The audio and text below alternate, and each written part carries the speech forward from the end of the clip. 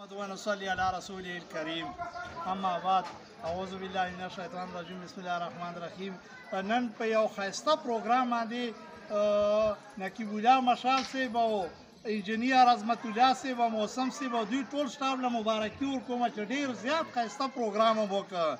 داسې یو وخت مو پیروخېلو کې چې موږ به 15 کسان د ټولو پیروخېلو نه هغه تلو اسکول له به تلو. اوس چې کوم ځای زرونو ته تعداد ورساوه. په دغه اسکول کې چې کوم ځای دیني علم هم دی کې، قرآن پاک هغه هم دی کې، حدیثو علم هم دی کې، دنیایي علم هم دی کې، کراټو سنټر هم دی کې، کمپیوټر هم ورزده کوي ورته. نو ټول پیروخېل قوم ته دا اپیل کړم چې دلته جینکۍ هم راولګئ، لورانې او زامن هم راولګئ چې دلته پروفیشنل خلک تر جوړ شي. زما د هغه جینکو په تعلیم باره کې به ورته وایم، ما څلور لورانې وې، سبقونه مې په ویلې، قرآن شریفونه مې ختم کړي، منځونه.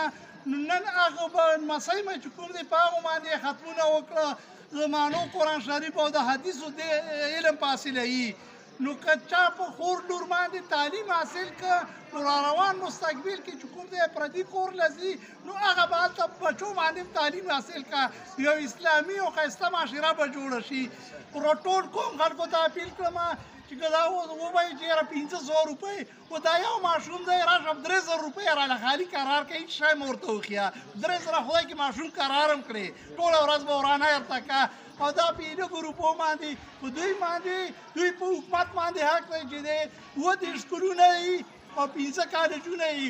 حکومت هېڅ توجه نه ورکړې. پکار ده چې حکومت دوی له چې کوم دی یو ټویل شمسي توانایي او دا ټول سیسټمونه او حکومت ورسره پوره پرایویټ سکولو سره تعاون وکړه. والسلام.